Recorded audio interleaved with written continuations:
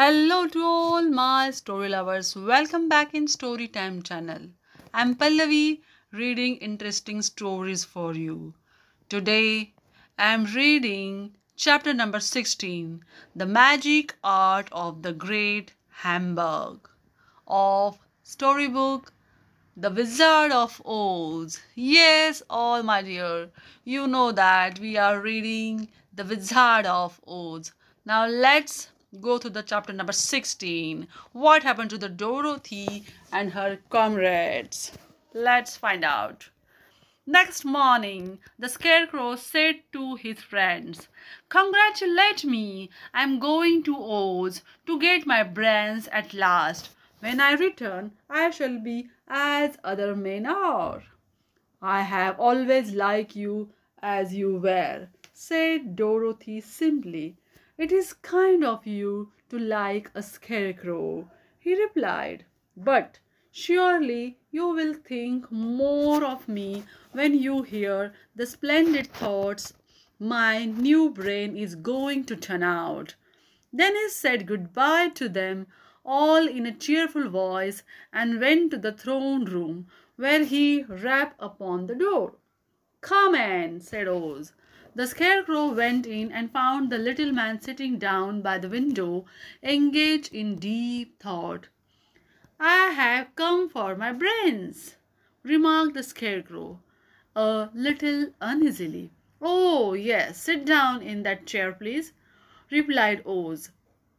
"You must excuse me for taking your head off, but I shall have to do it in order to put your brains in their proper place." "That's all right," said the Scarecrow. "You are quite welcome to take my head off, as long as it will be a better one when you put it on again." So the Wizard unfastened his head and emptied out the straw. Then he entered the back room and took up a measure of brain, which he mixed with a great many pins and needles.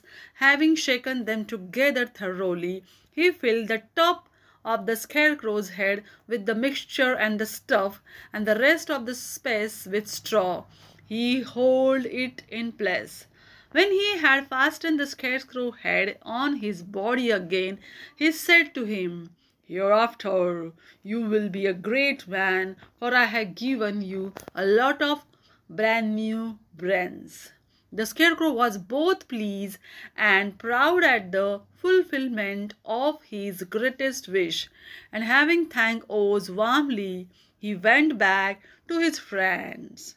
Dorothy looked at him curiously. His head was quite bulging out at the top with brains. "How do you feel?" she asked. "I feel wise indeed," he answered honestly.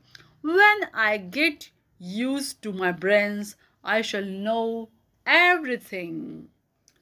"Why are those needles and pins sticking out of your head?" asked the Tin Woodman. "That is proof that he is sharp," remarked the Lion. "Well, I must go to Oz and get my heart," said the Woodman. So he walked to the throne room and knocked at the door. "Come in," called Oz, and the Woodman entered and said, "I have come for my heart." "Very well," answered the little man, "but I shall have to cut a hole in your breast, so I can put your heart in the right place. I hope it won't hurt you." "Oh, no," answered the Woodman, "I shall not feel at all." So Oz bought a pair of tinner's shears and cut a small square hole in the left side of the Tin Woodman's breast. Then, going to the chest of drawers, he took out a pretty heart made entirely of silk and stuffed with sawdust. "Isn't it a beauty?" he asked.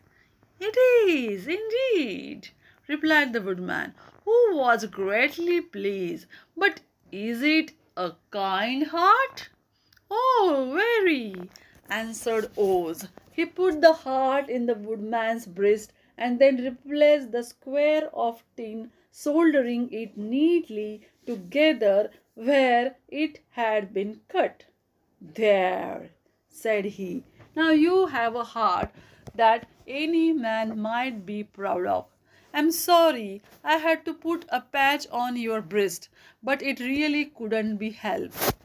"Never mind the patch," exclaimed the happy woodman. "I am very grateful to you and shall never forget your kindness." "Don't speak of it," replied Oz. Then the Tin Woodman went back to his friends, who wished him every joy on account of his good fortune.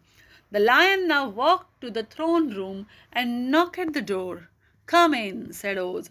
"I have come for my courage," announced the Lion, entering the room. "Very well," answered the little man. "I will get it for you." He went to the cupboard and, reaching up to a high shelf, took down a square green bottle, the contents of which he poured into a green gold dish beautifully carved. Placing this before the cowardly Lion, who sniffed at it as if he did not like it, the Wizard said, "Drink." "What is it?" asked the Lion. "Well," answered Oz, "if it were inside of you, it would be courage. You know, of course, that courage is always inside one, so that this really cannot be called courage until you have swallowed it. Therefore, I advise you to drink it as soon as possible." The Lion hesitated to no longer, but drank till the dish was empty. "How do you feel now?" asked Oz. "Full of courage," replied the Lion, who went joyfully back to his friends to tell them of his good fortune. Oz laughed to himself, smiled to think of his success in giving the Scarecrow and the Tin Woodman and the Lion exactly what they thought they wanted. "How can I help being a humbug?" he said, "when all these people make me do things that everybody knows can't be done." It was easy to make the Scarecrow and the Lion and the Woodman happy because they imagined I could do anything. But it will take more than imagination to carry Dorothy back to Kansas, and I'm sure I don't know how it can be done. Now, this is the end of the chapter. Do you like it? Then tell me in the comment box and subscribe our channel. Thanks for watching, guys.